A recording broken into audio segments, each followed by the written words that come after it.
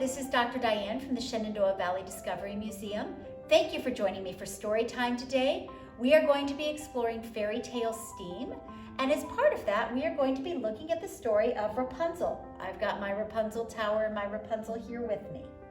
So this version of Rapunzel is written by Chloe Perkins, and it's illustrated by Archana Sreenivasan. I hope you'll enjoy this version as much as I do. Happy reading. Once upon a world, Rapunzel. Once upon a time, there was a girl named Rapunzel. Rapunzel had long, beautiful hair and a lovely voice. She lived by herself in a tall tower on a hilltop. When Rapunzel was a baby, a witch had taken her far away from home, through the forest and to this tower. Rapunzel was never allowed to leave. When the witch needed to visit, she would call out, "Rapunzel, Rapunzel, let down your hair." Rapunzel would throw down her long braid, and the witch would climb up to the tower window. Rapunzel was lonely in the tower by herself. Sometimes a mouse or a bird would visit her, but she longed for a real friend. One day, a prince was riding through the woods when he heard a melody coming from the tower window, and he thought, there must be a girl up there as lovely as that song. Suddenly, the witch appeared. The prince hid in the bushes.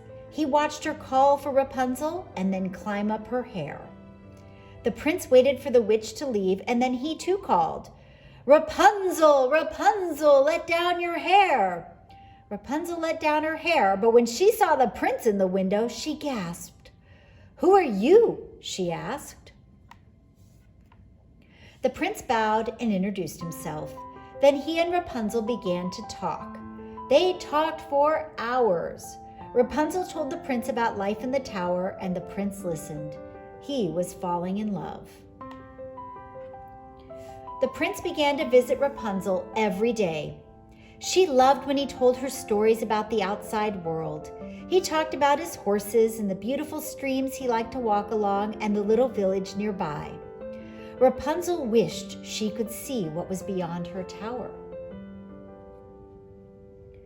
"Come with me to my kingdom," said the prince one day. "The witch will never let me leave," Rapunzel sighed. The prince took her by the hand and promised to help her escape. Later that day, the witch saw the prince climbing down Rapunzel's hair. "We will leave tomorrow," he called up to his love. The witch was furious. As punishment, she cut Rapunzel's long, beautiful hair. Then with a wave of her wand, she cast Rapunzel from the tower deep into the forest. The next day, the prince returned. "Rapunzel, Rapunzel, let down your hair," he called. Rapunzel's beautiful hair came tumbling down, but when the prince climbed up to the window, the witch was waiting for him. The witch put a curse on the prince that made him unable to see. Blindly, the prince escaped from the tower.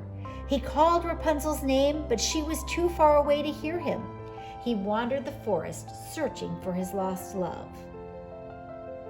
Many days passed. The prince had almost given up hope.